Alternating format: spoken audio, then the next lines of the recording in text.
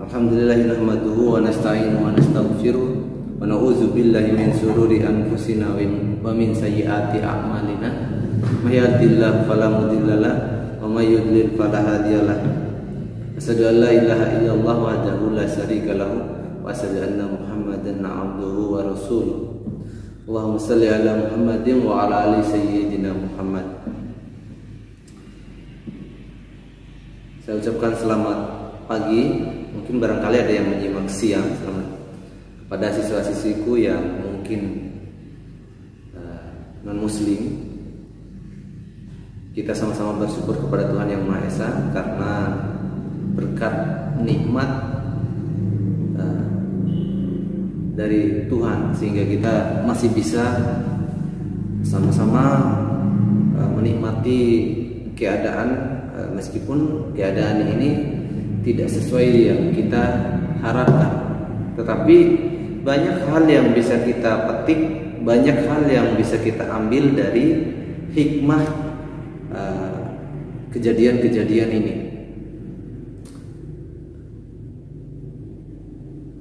Nah, di antara hikmah yang bisa kita ambil, yang bisa kita petik adalah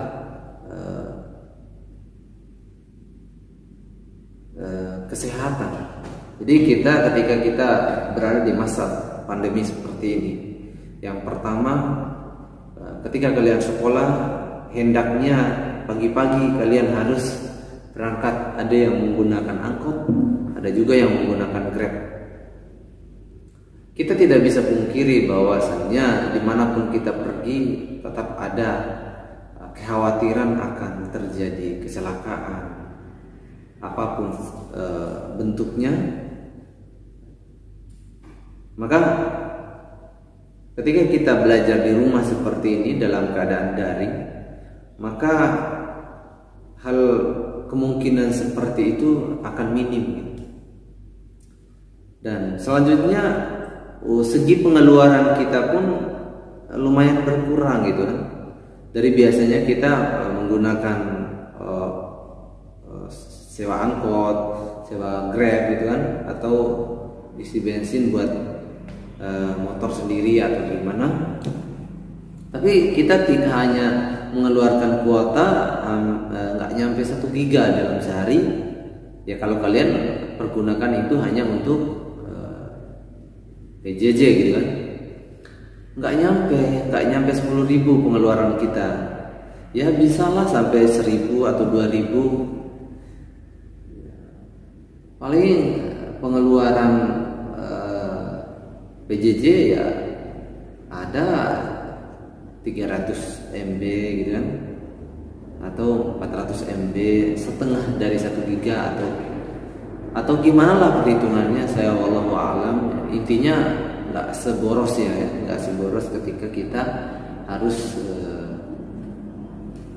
bertatap muka gitu, ke sekolah gitu. Nah, kita juga harus jajan segala macam. Jajan sih jajan kalau di rumah, tapi nggak sebanyak pengeluaran harian ketika kalian datang ke sekolah.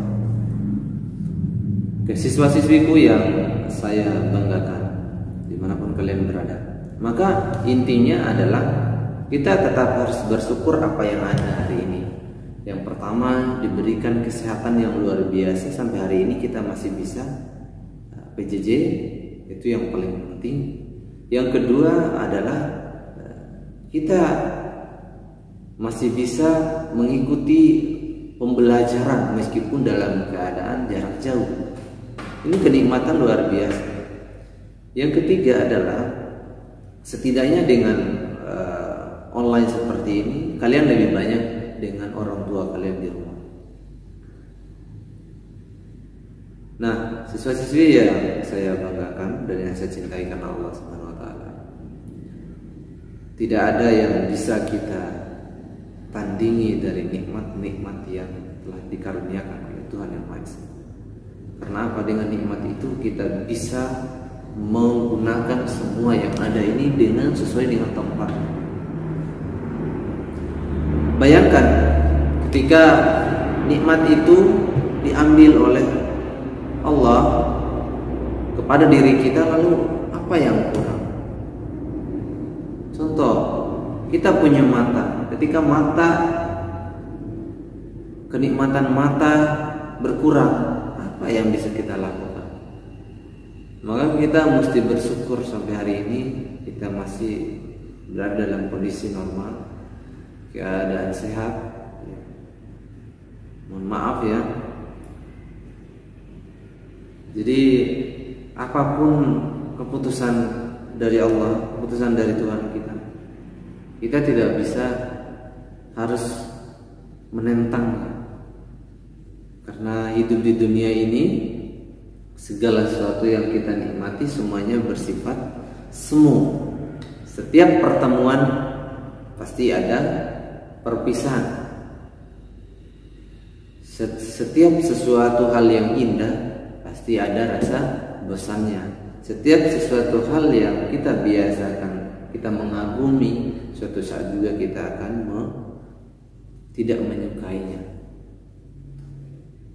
Nah, tetapi apa yang telah diberikan oleh Tuhan Yang Maha Esa itu cukup luar biasa bagi kita. Contohnya kaki kita. Ketika kita menggunakan kaki kita kemana-mana, ada kurangnya? Nggak ada. Ada masa di mana dia harus berkurang misalnya. Ketika kita gunakan tangan kita makan, kita pakai makan terus berkurang satu. Ketika setiap tahunnya ada kayak gitu? Enggak. Itulah hebatnya. Maka kita patut untuk mensyukurinya. Siswa-siswiku sekalian yang berbahagia dimanapun kalian berada. Hidup ini akan lebih indah jika di dalam diri kita terdapat banyak ambisi-ambisi positif, tekad-tekad yang kuat sehingga ingin menjadi orang yang lebih baik. Manusia tanpa ambisi dalam hidupnya, dia tidak akan pernah berubah. Manusia tanpa ada cita-cita dalam dirinya, dia tidak akan pernah bisa berubah. Karena perubahan seseorang itu tergantung pada input yang bisa dia lakukan. Ketika input itu masuk ke dalam dirinya, suatu hal menjadikan sesuatu hal yang kuat, menjadikan tekad yang sangat luar biasa, maka tekad itulah yang akan memberikan seseorang itu memiliki ambisi. Apa saja ambisi yang dia miliki? Di antaranya adalah ingin lebih baik dari hari kemarin. Ingin lebih baik dari hari kemarin. Maka cakupannya dengan pelajaran kita. Di antaranya adalah yang pertama, tekad yang kuat untuk membangun negara. Bagaimana tekad kita untuk membangun negara ini? Maka contohnya adalah ketika kita kaitkan tekad ini, ambisi kita ini untuk membangun negara. Salah satunya adalah yang simple. Bagaimana sih caranya untuk memiliki tekad untuk membangun negara itu, sedangkan negara ini sudah tercipta? Kata membangun itu adalah tidak terbatas.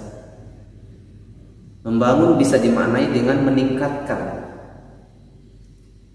Misalnya, ketika kalian sudah tamat SD, tidak cukup hanya ijazah SD. Kalian ingin melanjutkan ke SMP. Setelah kalian SMP nanti, tamat SMP, merasa tidak cukup dengan ilmu yang diperoleh dari SMP. Lanjut ke SMA. SMA pun tidak merasa cukup, akhirnya kuliah S1, S2, S3 sampai diberikan kesempatan atau penghargaan atau pengakuan menjadi seorang profesor. Cara seperti ini adalah merupakan cara bagaimana kita menginput tekad kita untuk bisa meraih sebuah kesuksesan dan menjadi generasi terbaik, generasi emas bagi Indonesia ini. Maka dengan cita-cita yang baik menjadi generasi yang baik adalah merupakan salah satu wujud kita memiliki tekad membangun negara ini. Karena orang bijak berkata, pemuda hari ini adalah pemimpin masa depan. Maka bersiap-siaplah. Bagaimana cara kita bersiap? Adalah merasa pede, merasa semangat, merasa kuat, lawan hasutan-hasutan yang membuat kalian jatuh, membuat kalian down. Lawan. Contohnya seperti apa, Pak? Contohnya berapa banyak kalian melihat orang yang memiliki fisik yang penuh dengan kekurangan. Secara kasat mata dia adalah memiliki fisik yang kurang, cacat mungkin ya, banyak maaf, cacat, anak yang cacat. Berapa banyak anak di Indonesia ini yang memiliki fisik yang kurang, cacat, tetapi mentalnya tinggi, bisa menghafal Al-Quran sampai 30 juz, bisa menjadi pembisnis muda meskipun dalam keadaan cacat. Ada yang tidak memiliki tangan tetapi dia menjadi atlet atau pelari, atau mungkin perenang, olahraga renang. Ada juga yang melukis.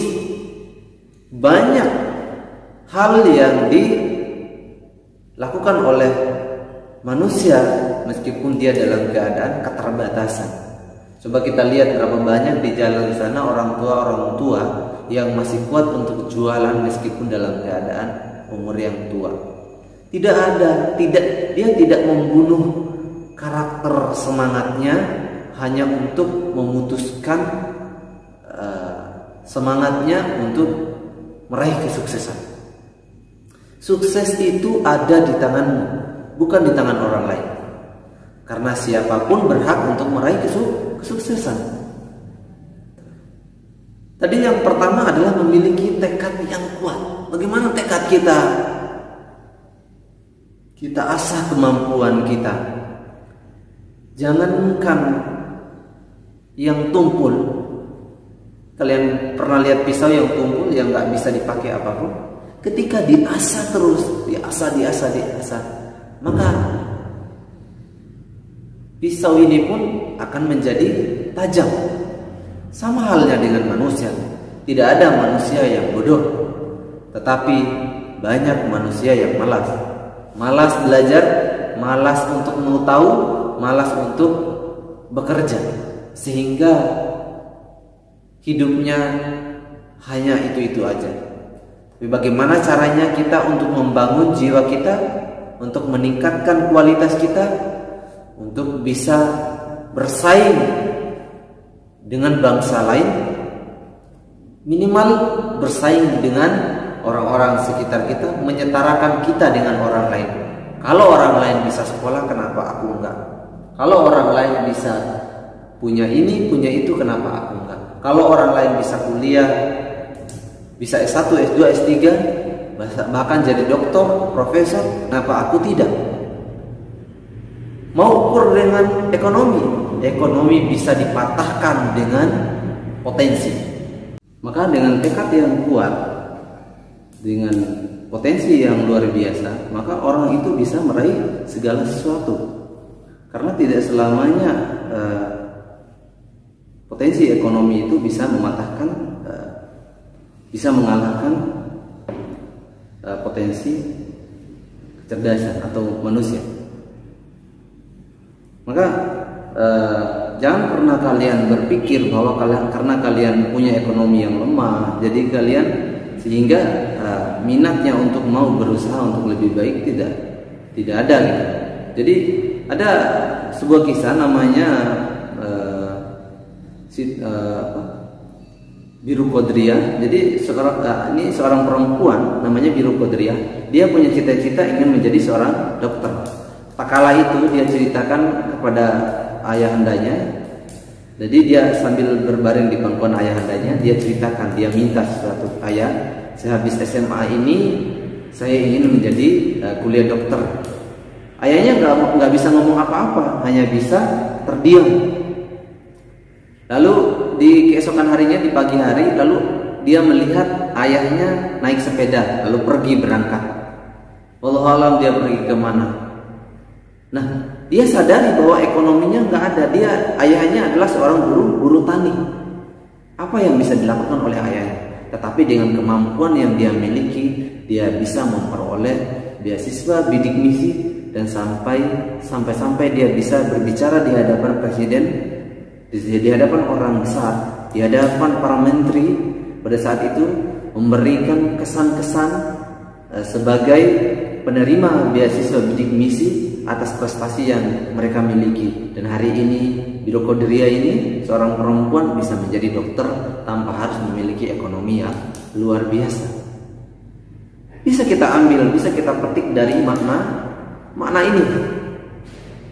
Artinya, punyalah ambisi setinggi-tingginya, punyalah ambisi atau keinginan setinggi-tingginya. Bahkan gapailah cita-citamu sampai ke negeri Cina, atau gapailah cita-citamu sampai ke setinggi langit, bahkan seatasnya lagi nggak apa-apa. Artinya apa? Kita punya cita-cita, siapapun boleh punya cita-cita. Jangan pernah down dengan keadaan kita, meskipun kita dalam keadaan ekonomi lemah. Banyak orang sukses tanpa harus kaya, banyak. Yang selanjutnya adalah sering membantu yang lemah. Jadi banyak orang berpikir ketika saya miskin, saya ngapain harus bantu orang? Enggak, hukum sedekah itu tidak hanya dikhususkan kepada orang yang kaya saja. Hukum membantu itu tidak hanya kepada orang yang kuat saja, berduit gitu kan? Enggak. Kita bisa membantu orang lain dengan cara berpikir, membantu dengan pikiran.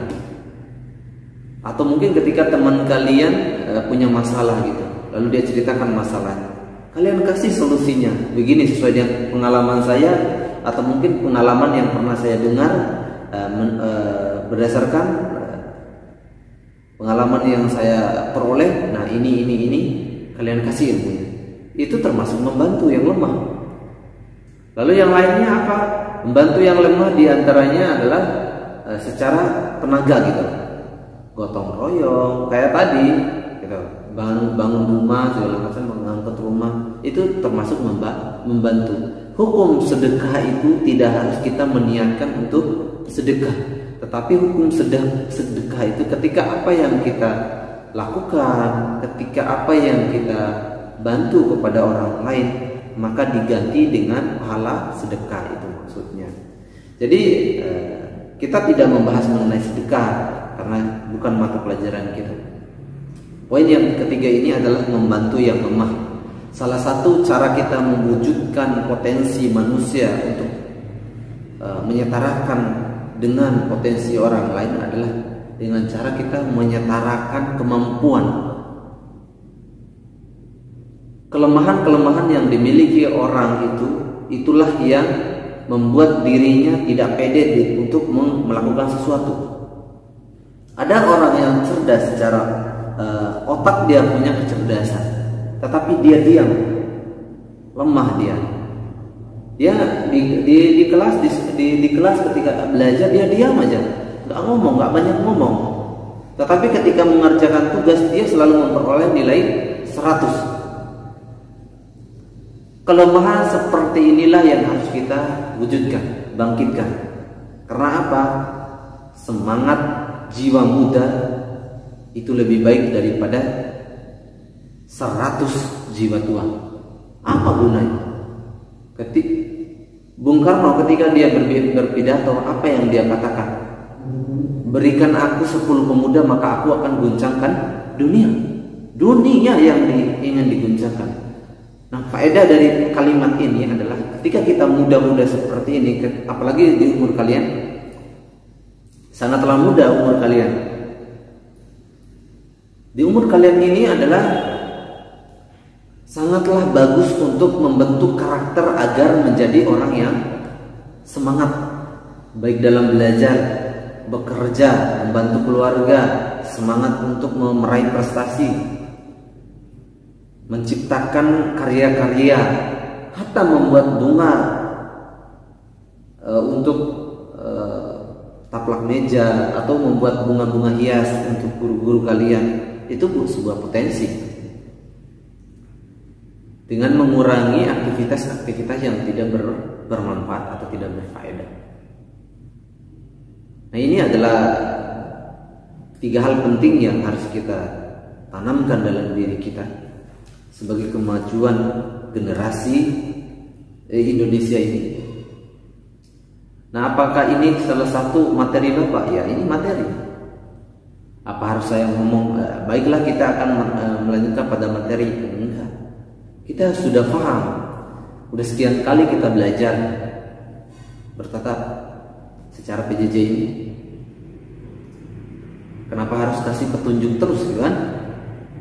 Nah, 3 poin ini yang harus kita pahami sebagai suatu hal yang harus kita tanamkan dalam diri kita agar bisa memberikan suatu kemajuan baik untuk diri kita, memberi manfaat untuk keluarga, orang lain maupun untuk bangsa ini.